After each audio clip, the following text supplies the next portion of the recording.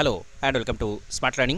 আজকে আমরা ক্লাইমেটোলজির একটা অত্যন্ত গুরুত্বপূর্ণ অধ্যায় ক্লাইমেটিক ক্লাসিফিকেশন থেকে কোপেনের যে শ্রেণীবিভাগ, ওয়ার্ল্ড ক্লাইমেটের যে শ্রেণীবিভাগ সেটা আলোচনা করব। কোপেনের ইন্ডিয়ান ক্লাইমেটেরও শ্রেণীবিভাগ রয়েছে, সেটা আমরা অন্য ক্লাসে আলোচনা করব। ইন্ডিয়ান জিওগ্রাফি যখন আলোচনা করব সেই সঙ্গে আলোচনা করব।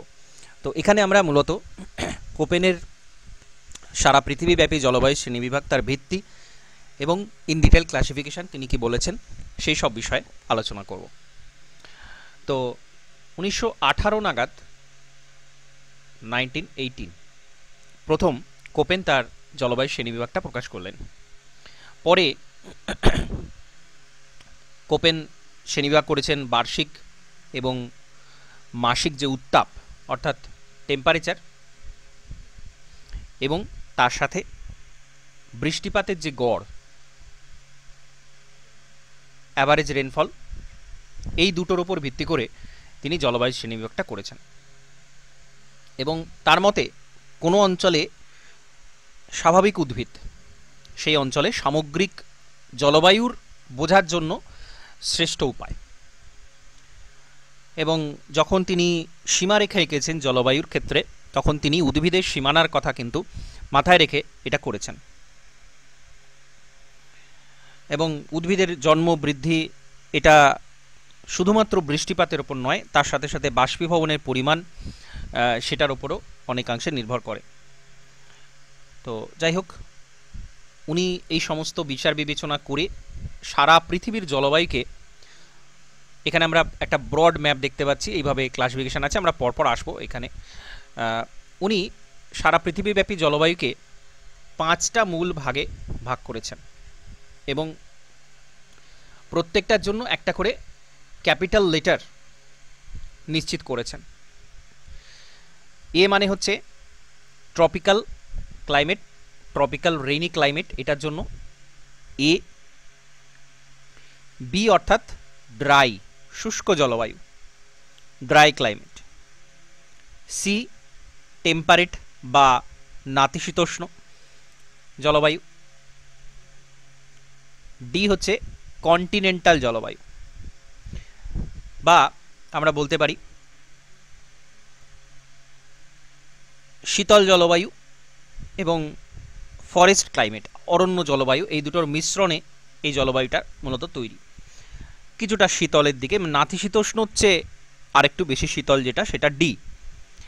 এবং ই দিয়ে উনি পোলার ক্লাইমেট নিশ্চিত করেছেন। তো এখানে কোন জায়গায় কতটা এরিয়া পড়ছে সেটা দেখানো আছে, এখানে কালার কম্বিনেশন দিয়ে দেখানো আছে খুব সুন্দর করে, ঠিক আছে। পোলার ক্লাইমেটটা এটা, কন্টিনেন্টাল এটা, টেম্পারেট, ড্রাই এবং তার সাথে ট্রপিক্যাল। এই হচ্ছে সারা বিশ্বব্যাপী ওয়ার্ল্ড ক্লাইমেট ক্লাসিফিকেশান কোপেনের। এবং কোথায় কত শতাংশ রয়েছে সেই জলবায়ুটা সারা পৃথিবীব্যাপী কত শতাংশ রয়েছে সেই পার্সেন্টেজটাও কিন্তু এখানে দেয়া রয়েছে। তো যাই হোক, উনি মূল 5টা শ্রেণীবিভাগ করেছেন। এইবার আরও ডিটেল ক্লাসিফিকেশানের মধ্যে আছে, পরপর বিভিন্ন চিহ্ন ব্যবহার করেছেন, এবং এখান থেকে কিন্তু নিশ্চিতভাবে আমরা একটা কোয়েশ্চেন আশা করতেই পারি। তো এখন যেহেতু উনি বার্ষিক এবং মাসিক উত্তাপ আর বৃষ্টিপাত এই দুটো মূল বেস ধরে ক্লাসিফিকেশানটা করেছেন, আর দুটো বিষয়ে গুরুত্বপূর্ণ যেটা বলছিলাম যে বাষ্পীভবনের কথা উনি বলেছেন। তো বাষ্পীভবনের মাত্রা বা ইভাপোরেশন ইন্টেন্সিটি আর প্রেসিপিটেশন ইফেক্টিভনেস, বৃষ্টিপাতের কার্যকারিতা বা প্রেসিপিটেশন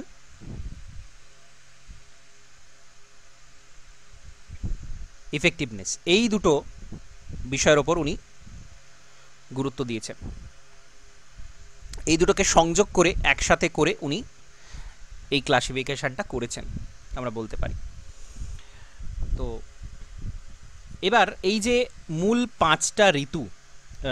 মূল 5টা জলবায়ু অঞ্চল রয়েছে, প্রত্যেকটাতেই ঋতুভিত্তিক কিছু বৃষ্টিপাত তার বৈপরীত্য লক্ষিত হয়, আবার কোনো সময় শুষ্কতা বাড়ে, কোনো সময় শীতের মাত্রা কমে বাড়া হয়।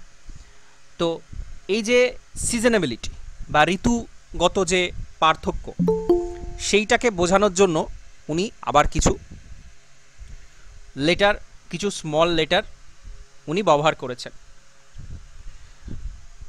ঋতুগত পার্থক্য বোঝানোর জন্য। এটা হচ্ছে মূল, এটা বেস, এটা খুব ভালো করে আমাদের বুঝতে হবে যে একদম পরপরই উনি করেছেন। আমরা যদি নিরক্ষরেখা থেকে পোলের দিকে যাই, নিরক্ষরেখা থেকে পোলের দিকে যাই, উভয় মেরুর দিকে যাই, তাহলে আমরা পরপর এই জলবায়ুগুলো কিন্তু পাবো। তো এবার এইটার ঋতুভিত্তিক উনি কীভাবে ভাগটা করলেন সেটা কিছু এই লেটারগুলো আমাদেরকে বুঝতে হবে। যেমন উনি স্মল এফকে বোঝাচ্ছেন, স্মল এফ শুষ্ক ঋতুহীন অবস্থা, শুষ্ক, ঠিক আছে, ঋতুহীনতা অর্থাৎ সবসময়তেই যেখানে শুকনো থাকে সেটা হচ্ছে স্মল এফ। স্মল এস হচ্ছে শুষ্ক গ্রীষ্ম, আর স্মল ডাব্লিউ হচ্ছে শুষ্ক শীত। এইটা উনি ঋতুভিত্তিক যে পার্থক্য সেটা বোঝানোর জন্য উনি এটা করলেন। আর কিছু উপবিভাগ রয়েছে, মূল এই ভাগের কিছু উপবিভাগ রয়েছে, যেমন ক্যাপিটাল এস আর হচ্ছে ক্যাপিটাল ডাব্লিউ, এই দুটো শুষ্ক ঋতুর উপরে দুটো ক্লাসিফিকেশন, যেটাকে আমরা স্টেপ বলছি। এস মানে হচ্ছে স্টেপ জলবায়ু, বা যেটা সেমি এরিড আমরা বলতে পারি, স্টেপ জলবায়ু আর সেমি এরিড একই,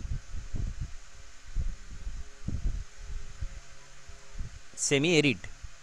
আর ডাব্লিউ বলতে একেবারে মরু জলবায়ু, যেটা এরিড জলবায়ু যেটা, সেইটাকে নির্দেশ করা হচ্ছে। এটা কিন্তু ক্যাপিটাল, এই দুটো কিন্তু ক্যাপিটাল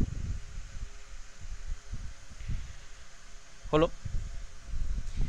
আরও দুটো ক্যাপিটাল হচ্ছে, একটা হচ্ছে টি আর একটা এফ। টি মানে হচ্ছে তুন্দ্রা, তুন্দ্রা জলবায়ু, আর এফ মানে হচ্ছে আইস ক্যাপ, ঠিক আছে, আইস ক্যাপ। আচ্ছা, এই তুন্দ্রা জলবায়ু বলতে কোন জলবায়ুটাকে বোঝায় একটু বলুন? তুন্দ্রা জলবায়ু মানে কি? কোন জায়গাটা তুন্দ্রা অঞ্চল বলি আমরা?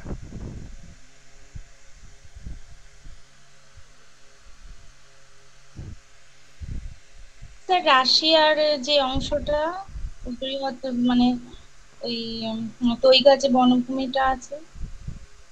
না, সেটা তো তৈগা, তৈগার পরে হচ্ছে তুন্দ্রা। তুন্দ্রা মানে হচ্ছে একদম পোল, একদম পোলের যে জলবায়ুটা সেটা হচ্ছে তুন্দ্রা, ঠিক আছে, চির তুষারাবৃত, সবসময় তুষারাবৃত, একেবারে যেখানে গাছপালা প্রায় নেই বললেই চলে, কিছু শৈবাল জাতীয় গাছপালা আছে, প্রচণ্ড ঠান্ডা, সবচেয়ে বেশি ঠান্ডা, সেটা হচ্ছে তুন্দ্রা জলবায়ু, ঠিক আছে। আইস ক্যাপটাও আরেকটু বলা যায়, আরেকটু যেখানে একদম মানে মরু জলবায়ুটাকেই, একদম শীতল মরু জলবায়ুটাকে আমরা দুটো ভাগে ভাগ করছি। টিটা হচ্ছে তুন্দ্রা, একেবারে চিরতুষার। এফটা হচ্ছে আরও বেশি, মানে ওর মধ্যেই যেটা আরও এক্সট্রিম পর্যায়ের, সেইটাকে আমরা এফ মানে কোপেন সেটাকে এফ বলছেন, আইস ক্যাপ, এইরকমভাবে এটা ক্লাসিফিকেশানটা করেছেন, ঠিক আছে। তো এর মধ্যেই তাহলে আমরা এতগুলো আবার সাব ক্লাসিফিকেশান এর মধ্যে পাচ্ছি, মূল 5টা ভাগ, তার মধ্যে এরকমভাবে উনি কিছু লেটার কম্বিনেশান দেখিয়েছেন, 5টা প্রধান জলবায়ু, আর তার মধ্যে এই এতগুলো সাব ক্লাসিফিকেশান ছোটো ছোটো রয়েছে। আর এবার লেটার কম্বিনেশান করে উনি জলবায়ুর যে পার্থক্যগুলো রয়েছে কিছু কিছু, সেইগুলোকে দেখিয়েছেন, ঠিক আছে। তো এটা খুব গুরুত্বপূর্ণ একটা বিষয়, এবং এইটা যদি বোঝা যায় বা এটা যদি আমরা একটু তৈরি করে নিতে পারি, খুব সহজ, এমন কিছু কঠিন নয়, তাহলে কিন্তু আমরা পুরোটাই খুব সহজে মনে রাখতে পারবো, ঠিক আছে। সাব ক্লাসিফিকেশানগুলো আমাদেরকে ডিটেলসে জানতে হবে, মনে রাখতে হবে। এখানে কিছুটা ক্লাসিফিকেশন করা আছে। এটা আমরা দেখলাম কি ট্রপিক্যাল হিউমিড ক্লাইমেট, অর্থাৎ একেবারে যেটা আমরা নিরক্ষীয় জলবায়ু বলি, এ হচ্ছে সেই প্রকৃতির জলবায়ু। ক্রান্তীয় বৃষ্টি জলবায়ু ট্রপিক্যাল রেনি ক্লাইমেট, যেখানে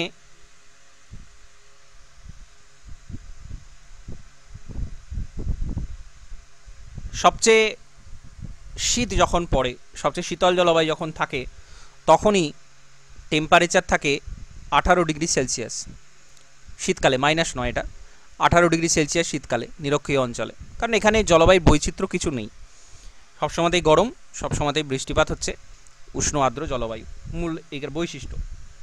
তো কিছু কিছু ক্রান্তীয় অঞ্চলে উদ্ভিদ আছে যারা এই টেম্পারেচারের নিচে কিন্তু জন্মাতেই পারে না, অর্থাৎ এর থেকে নিচে যদি টেম্পারেচার মানে চলে আসে, তাহলে সেই উদ্ভিদগুলো মারা যাবে, সাস্টেন করতে পারবে না। তো এবার এর যে সাব ক্লাসিফিকেশান আছে AF, এটাকে আমরা বলতে পারি ট্রপিক্যাল ওয়েট ক্লাইমেট। এই যেখানে বলা আছে যে AF মানে হচ্ছে নো ড্রাই সিজন, কোনো শুষ্ক ঋতু নেই, সবসময় বৃষ্টি হচ্ছে। যেটা শুষ্কতম মাস, মানে যেখানে বৃষ্টি কিছুটা কম হচ্ছে, সেখানে অ্যাটলিস্ট 6 সেন্টিমিটার বৃষ্টি কিন্তু হচ্ছে। সবচেয়ে কম যে মাসে বৃষ্টি হচ্ছে, সেই মাসে অন্ততপক্ষে 6 সেন্টিমিটার বৃষ্টিপাত এখানে হচ্ছেই হচ্ছে। অর্থাৎ কোনো মাসই শুকনো মাস যাচ্ছে না, বৃষ্টি হচ্ছে না, এরকম হচ্ছে না। সারা বছর এখানে টেম্পারেচার থাকছে বেশি এবং বৃষ্টিপাতও অবশ্যই হচ্ছে। এটা হচ্ছে AF। AM হচ্ছে যেটা মনসুনাল শর্ট ড্রাই সিজন, একটা ড্রাই সিজন আছে কিন্তু সেটা খুব ছোট, সেটা হচ্ছে AM, যেটা আমরা মৌসুমি বৃষ্টি বলে থাকি। বা আরও যদি স্পষ্টভাবে বলা যায় AF আর AW, এর হচ্ছে মধ্যবর্তী যে জলবায়ু, সেটা হচ্ছে AM। তো AMটাকে আলাদা করে নির্দেশ করি আমরা, কারণ এটা হচ্ছে আমাদের যে মৌসুমি জলবায়ু, সেটা হচ্ছে AM, ঠিক আছে। আর আমরা যদি চার্টের হিসেবে দেখি তাহলে বলবো AF আর AW যে মধ্যবর্তী যে জলবায়ু, সেটা হচ্ছে AM হলো। এবার AW হচ্ছে উইন্টার ড্রাই, অর্থাৎ যেখানে কিনা শীতকাল শুকনো, শীতকালে বৃষ্টি হয় না, এবং বিভিন্ন যে ঋতুতে বৃষ্টি হচ্ছে, শীতকাল বাদ দিয়ে অন্য ঋতুতে যে বৃষ্টি হচ্ছে, সেখানে বৃষ্টিপাতের কম বেশি হচ্ছে, টেম্পারেচার কিন্তু যথেষ্ট ভালো থাকে। AW শুধুমাত্র শীতকালটা শুষ্ক থাকছে, যথেষ্ট টেম্পারেচার এখানে ভালো থাকছে। এই এবার এর কিছু আরও সাব ক্লাসিফিকেশান আমরা বলতে পারি, দেখতে পাওয়া যায়। যেমন W ড্যাশ, এটা হচ্ছে সবচেয়ে বৃষ্টি হয় শরৎকালে বেশি।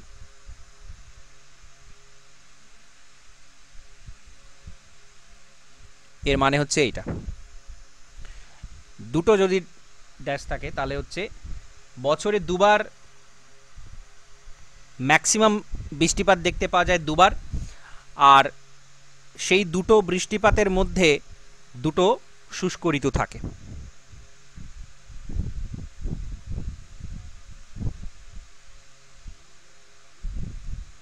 এটা স্মল এস হচ্ছে শুষ্ক গ্রীষ্ম, এটা খুব কম জায়গাতেই দেখা যায়, কিন্তু স্মল এস দিয়ে এটা ডিনোট করা হয়। স্মল আই উষ্ণতম আর শীতলতম মাসের মধ্যে টেম্পারেচারে পার্থক্য হচ্ছে 5°C কম, অর্থাৎ উষ্ণতার প্রসর প্রায় নেই, একই রকমের উষ্ণতা প্রায়। সবচেয়ে বেশি উষ্ণ যে মাসে টেম্পারেচার সবচেয়ে বেশি, আর যে মাসে সবচেয়ে বেশি ঠান্ডা, তাদের মধ্যে তফাৎ হচ্ছে মাত্র 5°C, একই ধরনের জলবায়ু প্রায়।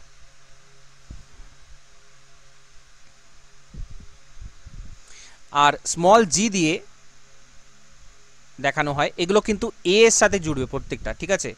এটা আমি সমস্তটাই কিন্তু এ এর মধ্যে আলোচনা করছি। স্মল জি যেটা গাঙ্গেয় অববাহিকাতে টেম্পারেচারের যে সিচুয়েশান থাকে সেইটা, বর্ষাকাল আসার আগে টেম্পারেচার সবচেয়ে বেশি থাকে এবং গাঙ্গেয় অববাহিকাতে বার্ষিক উষ্ণতার যে পরিবর্তন ঠিক সেরকম, সেটা হচ্ছে স্মল জি।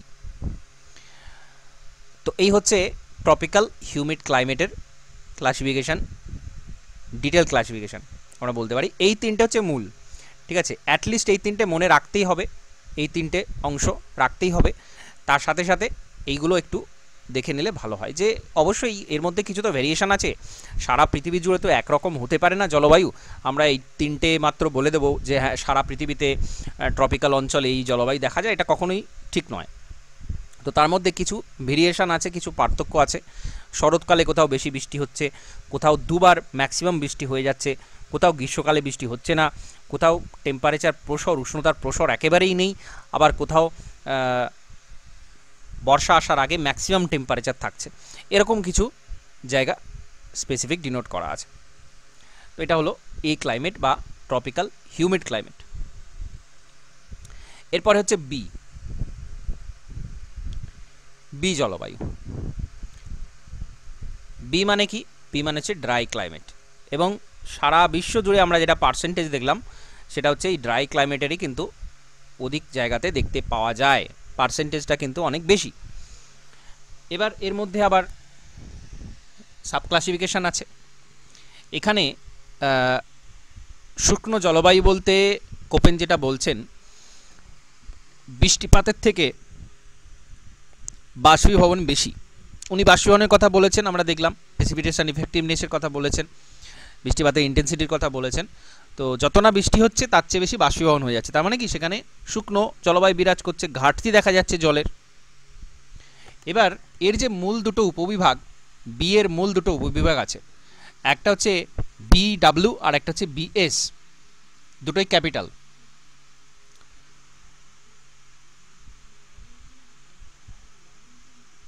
BW হচ্ছে মরু জলবায়ু, আর BS হচ্ছে স্টেপ বা সেমি এরিড।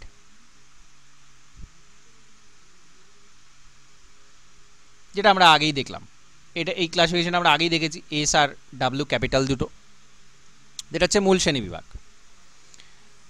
এস হচ্ছে প্রায় মরু, প্রায় মরু, আর BW হচ্ছে মরু।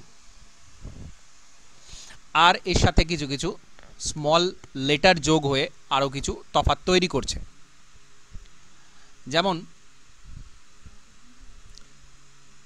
BSH, এটা হচ্ছে লো ল্যাটিটিউড সেমি এরিড বা ড্রাই। ড্রাই তো বটেই, প্রত্যেকটাই ড্রাই, লো ল্যাটিটিউড এবং সেমি এরিড। এসটাও এসের মানেই হচ্ছে সেমি এরিড, ঠিক আছে। তো এখানে টেম্পারেচার থাকছে 18 ডিগ্রি সেলসিয়াসের বেশি গড় তাপমাত্রা, বার্ষিক গড় তাপমাত্রা থাকছে এটা। আর যখন ডাব্লিউ আসছে BWH, তার মানে হচ্ছে লো ল্যাটিটিউড এরিড অর ড্রাই, এটা কিন্তু আরও বেশি এখানে টেম্পারেচার বেড়ে যাচ্ছে, টেম্পারেচার আরও অনেক বেশি বেড়ে যাচ্ছে। এবং এখানে একটা বিষয় আসবে, ডাব্লিউ এবং স্মল এইচ আসার মানেই হচ্ছে 18 ডিগ্রি টেম্পারেচারের এখানে বেশি থাকছে। স্মল এইচ যেখানে আছে তার মানেই হচ্ছে 18 ডিগ্রি সেলসিয়াস তার থেকে বেশি টেম্পারেচার আছে, এবং এটা যেহেতু ডাব্লিউ ক্যাপিটাল আছে মানে এখানে টেম্পারেচারের গড় কিন্তু আরও অনেক বেশি। কতটা বেশি সেটা নিয়ে খুব ডিটেলে কোপেন যাচ্ছেন না, কিন্তু ডাব্লিউ আছে মানেই সেটা একদমই সবচেয়ে চরম যে মরু জলবায়ু, একেবারে যেটা মরু বলি আমরা, যেখানে প্রায় কোনো গাছপালা নেই, সেই জলবায়ুটাই হচ্ছে এইটা। কে হচ্ছে কিছুটা টেম্পারেচার যেখানে কম, এটা হচ্ছে মিড ল্যাটিটিউড সেমি এরিড। তাহলে বুঝতেই পারছেন লো ল্যাটিটিউড মানে কি, সেটা নিরক্ষরেখার বেশ কিছুটা কাছাকাছি ছিল লো ল্যাটিটিউড মানে, আর যেই মিড ল্যাটিটিউডে চলে যাচ্ছে সেখানে কিন্তু টেম্পারেচার আর একটু কমছে, খুব স্বাভাবিক নিয়মে টেম্পারেচার কমছে, কিন্তু ড্রাই, কিন্তু শুষ্ক, সেটা হচ্ছে বিএসকে। এখানে 18°C কম থাকছে গড় তাপমাত্রা, কারণ সেটা ল্যাটিটিউডটা আরেকটু ওপরে চলে যাচ্ছে, আর একটু নাতিশীতোষ্ণ অঞ্চলের দিকে চলে যাচ্ছে, সেই কারণে। আর BWK, ডাব্লিউ মানেই হচ্ছে মরু, মরু চলে আসছে ক্যাপিটাল ডাব্লিউ মানে, আর কে মানেই হচ্ছে উষ্ণতম মাসের যে উত্তাপ সেটা 18°C কম থাকবে। তো এটা হচ্ছে মিড ল্যাটিটিউড এরিড বা ড্রাই। একদমই মধ্যক্ষাংশীয় যে মরুভূমি, মধ্যক্ষাংশের যে মরুভূমি, সেটা হচ্ছে BWK। ওকে, কিছুই না, প্রত্যেকটাই শুকনো জলবায়ু, কিছুটা অর্ধেক মরুভূমি, কিছুটা পুরোপুরি মরুভূমি। ঠিক আছে, সেটা আপনারা জানেন যে নিরক্ষীয় অঞ্চলেও অনেক মরুভূমি আছে, আবার নাতিশীতোষ্ণ অঞ্চলেও অনেক মরুভূমি আছে। তো এখানে সেই দুটোকেই আলাদা করা হয়েছে ডাব্লিউ দিয়ে, এস দিয়ে। ঠিক আছে, এস ডাব্লিউ দুটোই আছে, মরুভূমি মরুভূমি দু জায়গাতেই আছে, দুটোভাবে বলা হয়েছে। আর একটা হচ্ছে 18°C বেশি থাকে টেম্পারেচার, আর একটা 18°C কম থাকে, সেটা এইচ আর কে দিয়ে ডিনোট করা আছে, ব্যাস এইটুকুই। আর একটা এখানে নেই যেটা, সেটা হচ্ছে N, small N. Small N মানে হচ্ছে ঘন কুয়াশা থাকবে। BWN বা মানে ক্যাপিটাল দুটো তার সাথে এন, এর মানে হচ্ছে ঘন ঘন কুয়াশা দেখতে পাওয়া যায়। সমুদ্র স্রোত বা সমুদ্র উপকূল সংলগ্ন এলাকাতে যদি এরকম শুষ্ক জলবায়ু থাকে, তখন এরকম ধরনের কুয়াশাপূর্ণ জলবায়ু দেখতে পাওয়া যায়। এটা BWN হতে পারে বা BSN হতে পারে। যদি এই ধরনের শুকনো আবহাওয়া সমুদ্রের উপকূল অঞ্চলে অবস্থান করে, তখন আমরা এইটা এরকমভাবে, তখন কোপেন এরকমভাবে বলেছেন এটা। এর মানেই হচ্ছে কুয়াশা দেখা যাবে, সমুদ্র উপকূল বরাবর কুয়াশা দেখতে পাওয়া যাবে। তো এই হচ্ছে বি, ড্রাই ক্লাইমেটের, শুকনো, সারা পৃথিবী জুড়ে যেখানকার যত শুকনো জলবায়ু আছে তাকে এরকমভাবে দুটো ভাগে, মূল দুটো ভাগে ভাগ করে নিয়ে, সেমি এরিড আর এরিড, প্রায় শুকনো, শুকনো, এই দুটো ভাগে ভাগ করে নিয়ে তার সাথে কিছু তাপমাত্রার যে তফাৎ দেখতে পাওয়া যায়, কিছু অক্ষাংশের যে তফাৎ দেখতে পাওয়া যায়, সেইগুলো দিয়ে মূল ক্লাসিফিকেশনটা উনি করেছেন। হলো, এবার হচ্ছে সি।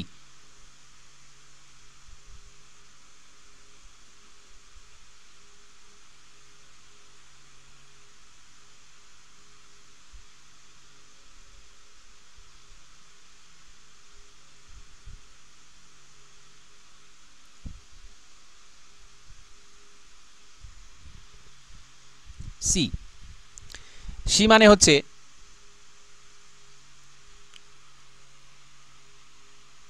উষ্ণ নাতিশীতোষ্ণ বৃষ্টি জলবায়ু। Warm, temperate, mid latitude. Temperate মানে হচ্ছে মিড ল্যাটিটিউড ক্লাইমেট। উষ্ণ,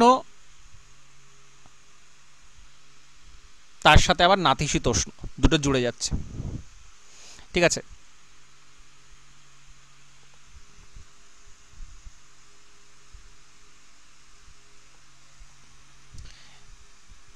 এই এর যে মূল বৈশিষ্ট্য সেটা কি, উষ্ণ নাতিশীতোষ্ণ কেন বলা হচ্ছে?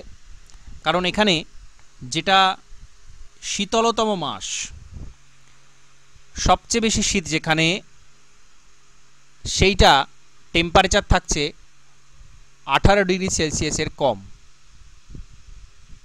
কিন্তু -3°C বেশি। ঠিক আছে, এটা নাতিশীতোষ্ণ অঞ্চল, কিন্তু অনেক বেশি শীত এখানে নেই, এটা কিন্তু শীতকালের কথা বলা হচ্ছে। 18°C কম, কিন্তু -3°C বেশি। এই -3° যেই পরে চলে যাচ্ছে, সেটা আরও এক্সট্রিম শীত পড়ছে, সেটা আমরা কখনোই ওয়ার্মের মধ্যে ফেলতে পারি না। তাহলে ওয়ার্ম টেম্পারেট বলতে উনি এই ক্লাইমেটের, এই উত্তাপের যে বিষয়টা, সেটা এরকমভাবে বেঁধে দিচ্ছেন। এতটা। এবার আমরা পরপর আসব। CF, capital C small F, এখানে কোনো সুস্পষ্ট শুষ্ক ঋতু নেই, শুষ্ক ঋতু নেই, এটা হচ্ছে CF।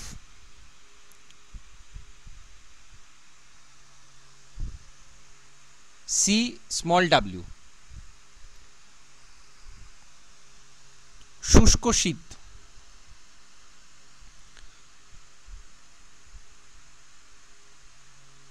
শুষ্ক শীত। এই স্মল ডাব্লিউ নিয়ে আগে আলোচনা করেছি, স্মল এস নিয়েও আলোচনা করেছি। স্মল এস মানে হচ্ছে শুষ্ক গ্রীষ্ম।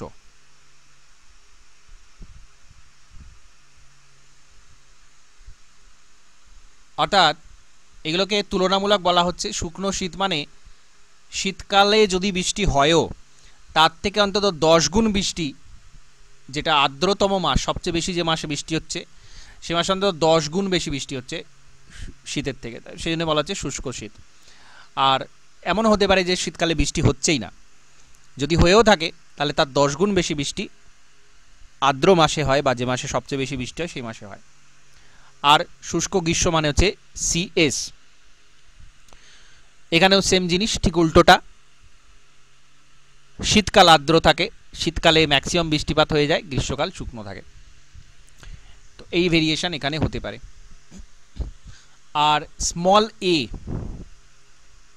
এর সাথে যদি স্মল এ জুড়ে যায় তার মানে হচ্ছে উষ্ণ গ্রীষ্ম।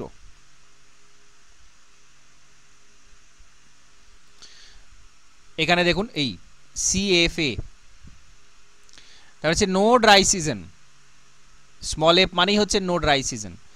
আর গ্রীষ্মকাল উষ্ণ হবে, এ মানেই হচ্ছে গ্রীষ্মকালের টেম্পারেচার যথেষ্ট বেশি থাকবে, 22 ডিগ্রি সেলসিয়াসের বেশি থাকবেই, যেটা হচ্ছে এ। বি মানে হচ্ছে স্মল বি, এখানে সবগুলো নেই।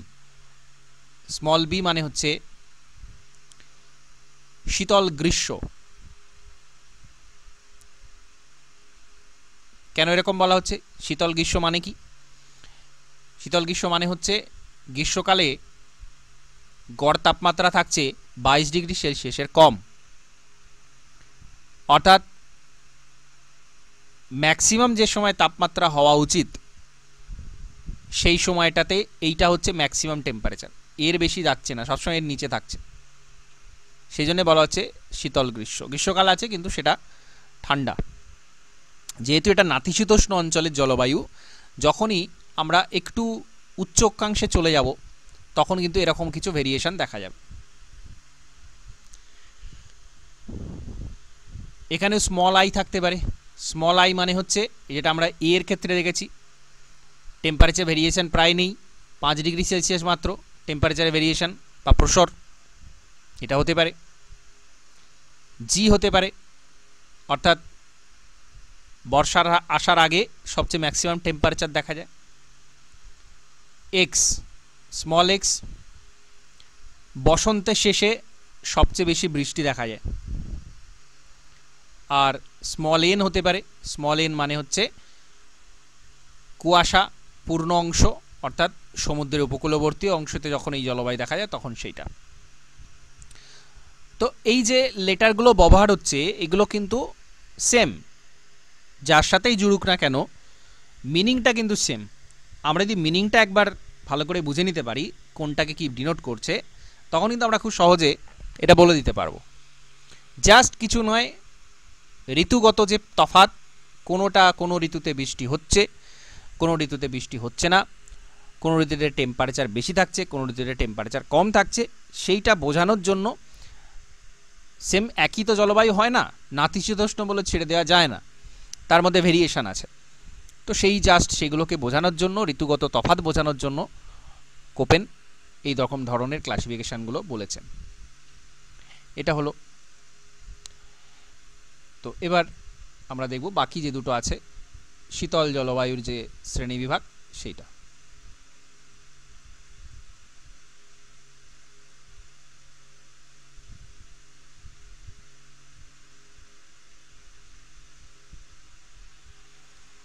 D, cold snow forest climate, বা যেটা হিউমিড কন্টিনেন্টাল বলা হচ্ছে, শীতল তুষারময় আরণ্যক জলবায়ু। এখানে শীতলতম মাসের গড় উত্তাপ -3°C নিচে, অর্থাৎ এখানে কি ছিল, -3°টা ছিল সীমারেখা, তার নিচে নামছে না। আর এখানে বলা হচ্ছে কি, যেটা শীতলতম মাস তার গড় টেম্পারেচার অবশ্যই -3 নিচে থাকবে, নিচেই থাকবে, এর উপরে উঠবে না। অনেক নিচে চলে যেতে পারে কিন্তু এর উপরে যাবে না। এইটা এবার ডিএফ মানে হচ্ছে কোনো ড্রাই সিজন নেই, কোনো ড্রাই সিজন নেই, বৃষ্টি হচ্ছে, প্রত্যেকটা মাসে বৃষ্টি হচ্ছে, এবং সিভিয়ার উইন্টার, যথেষ্ট ঠান্ডা। আমরা নাতিশীতোষ্ণ মণ্ডলটা পার হয়ে এসেছি শীতে, তারপরে নাতিশীতোষ্ণ মণ্ডলের একদম শেষ প্রান্ত থেকে শুরু করে তারপরের যে অংশ, মেরুবৃত্ত প্রদেশীয় যে অংশ, সেইটা হচ্ছে ডি জলবায়ু। তো সেখানে তো ঠান্ডা থাকবেই। এবার কিছু কিছু জায়গা আছে যেখানে প্রচুর বৃষ্টি হচ্ছে, কোনো ঋতুর ফাঁকা নেই, মানে শীত ঋতু সারা বছর চলছে, মানে সারা বছরই কম বেশি বৃষ্টি হচ্ছে, সেটাকে ডিএফ বলা হচ্ছে। ডিডব্লিউ কাকে বলা হচ্ছে, শীতকাল শুকনো, শীতকাল শুকনো এবং যথেষ্ট ঠান্ডা। যথেষ্ট ঠান্ডা আলাদা করে বলার কিছু নেই, কিন্তু শীতকালটা শুকনো থাকছে, শীতকালে বৃষ্টি হচ্ছে না। উত্তর পূর্ব এশিয়াতে এরকম বেশ কিছু জায়গা আছে যেখানে এই জলবায়ুটা দেখা যায়। এছাড়া এর সাথে আরও কিছু স্মল লেটার ব্যবহার হয়, স্মল ডি ব্যবহার হয়। স্মল ডি মানে হচ্ছে শীতলতম মাসের গড় উত্তাপ, শীতলতম যে মাস, গড় উত্তাপ -38°C নিচে, ঠিক আছে। বি হচ্ছে শীতল গ্রীষ্ম, গ্রীষ্মকাল ঠান্ডা থাকে, সেটা হচ্ছে কি 22°C নিচে গ্রীষ্মকাল, এরকম কিছু আছে। আর এর সাথে ওই এফ জোড়া হয় অনেক সময়, এফ মানে হচ্ছে কোনো শুকনো ঋতু নেই। এর সাথে small S, small W, small A, small B, এগুলোকে যোগ করা হয়। তো জিনিসটা কিন্তু সেম, আগের যেগুলো আমরা দেখেছি একই রকম, এর সাথে সেগুলো জুড়ে দেওয়া হয়। এটা হচ্ছে ডি জলবায়ু। মেরুবৃত্ত প্রদেশীয় অঞ্চলটা মোটামুটি আমরা বলতে পারি এই ডি জলবায়ুর মধ্যে পড়ে। আর হচ্ছে ই, ই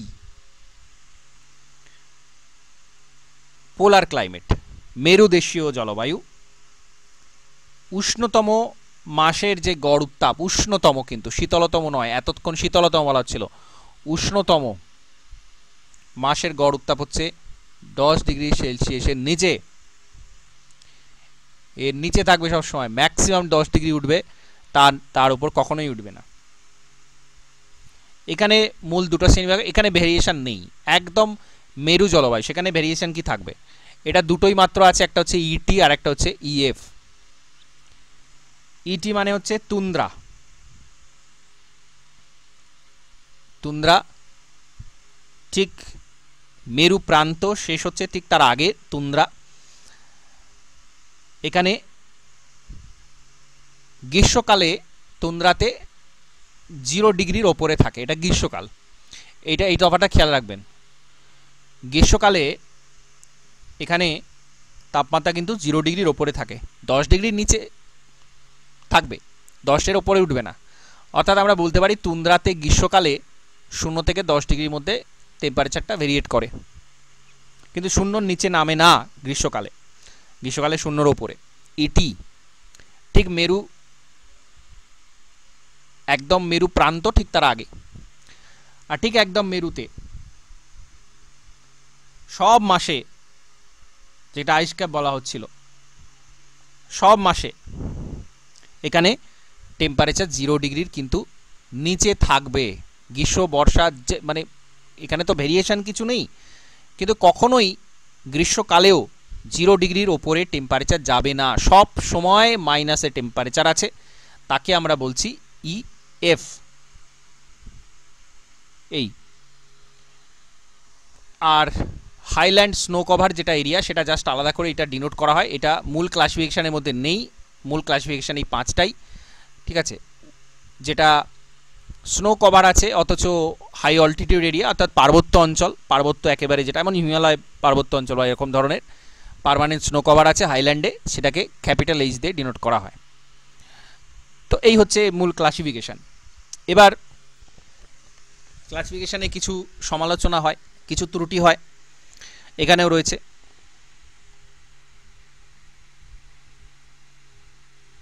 যেটা খুব সাধারণভাবে বলতে পারি আমরা যে আবহাওয়া বিষয়ক অনেক তথ্যের অভাব আছে, যেখানে মানে শুধুমাত্র সারা বিশ্বের জলবায়ুকে তো এইরকমভাবে আমরা বেঁধে দিতে পারি না, কিছু তথ্যের অভাব আছে, তার জন্য কিছু ত্রুটিপূর্ণ হয়েছে। আর এটা একেবারে তো নতুন নয়, তো সেই সময়কার যে জলবায়ু তার সাথে বর্তমান যে জলবায়ু তার মধ্যে কিছু তফাৎ আছে, সেটা পুরোপুরি মিলবে না। আবার দেখা যায় সারা বিশ্বের জলবায়ুটা সমীক্ষা করতে গিয়ে যে কোনো কোনো জায়গাতে প্রপার মিলছে, আবার কোনো কোনো জায়গাতে পুরোপুরি মিলছে না। নিম্নভূমি জলবায়ু যেমন উচ্চভূমির জলবায়ু তার সাথে কিন্তু সঙ্গতিপূর্ণ নয়, উচ্চভূমির কথা কিন্তু উনি স্পষ্টভাবে বলেননি সব জায়গায়। জলবায়ু সৃষ্টির কারণ এর পিছনে কিন্তু সেখানে মূল ব্যাখ্যাটা নেই, এরকম কিছু ত্রুটি আছে। আবার কিছু পজিটিভ দিকও আছে।